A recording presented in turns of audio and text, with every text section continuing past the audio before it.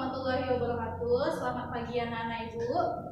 Jumpa lagi kita di pembelajaran ekonomi bisnis, yaitu merancang usaha UMKM.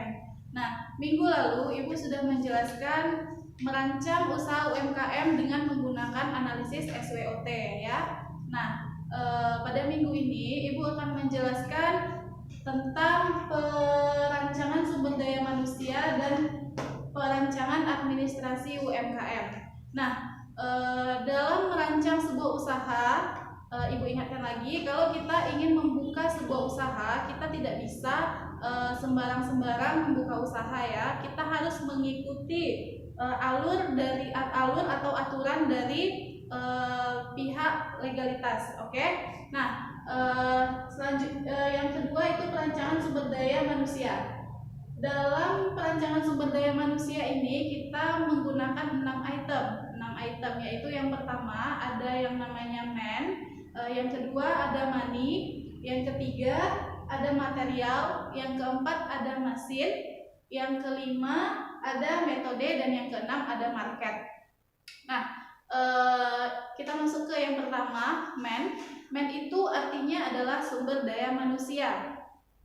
Kita juga harus memperhatikan ketika membuka sebuah usaha, kita tidak bisa merekrut sembarang orang atau sembarang SDM untuk menjalankan usaha yang kita miliki. Karena apa? SDM yang berkualitas itu sangat mempengaruhi hasil dari produk sebuah perusahaan produksi kita ya, hasil produksi kita. Nah, yang kedua ada money atau uang.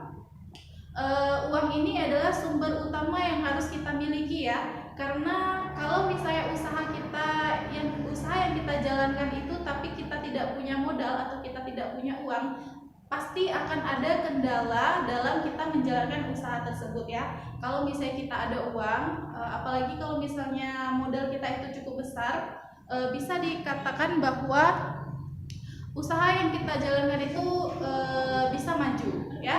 Nah, yang kedua ada material.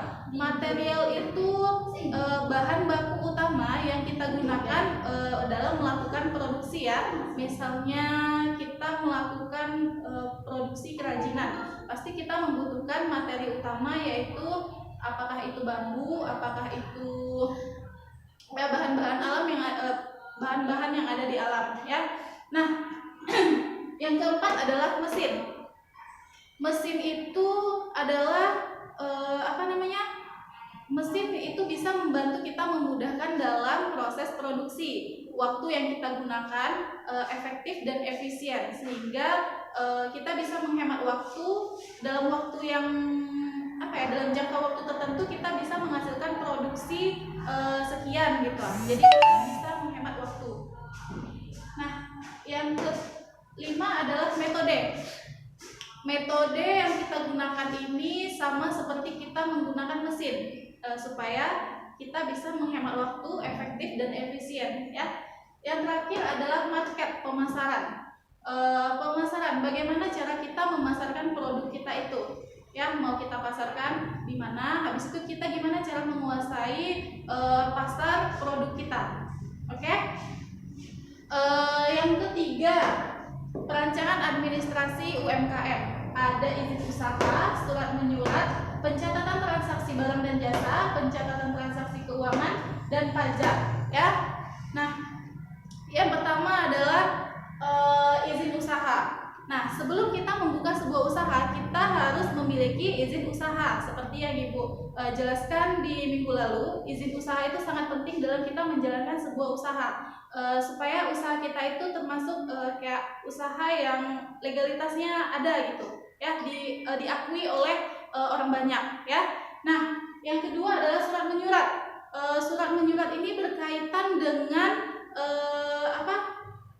distribusi dari barang yang misalnya sebuah perusahaan memasok barangnya ke usaha kita ya.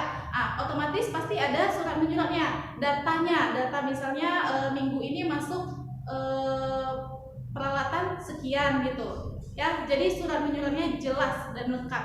Nah, yang ketiga pencatatan transaksi barang dan jasa. Sama seperti surat menyurat, transaksi barang dan jasa kita juga harus jelas, keuangan kita juga harus jelas. Di minggu ini transaksi kita kemana aja, kita harus catat ya. Oke, yang keempat, pencatatan transaksi keuangan. Nah, berkaitan berarti antara surat menyurat, transaksi barang dan jasa, dan transaksi keuangan. Kita harus jelas dalam menggunakan kas, menggunakan uang yang kita punya dalam kegiatan usaha itu, menggunakan modal kita. Nah, kalau misalnya nggak pengen kan kalau misalnya usaha kita itu kayak besar pasak daripada tiang, misalnya besar yang kita keluarkan untuk melakukan produksi tapi pendapatan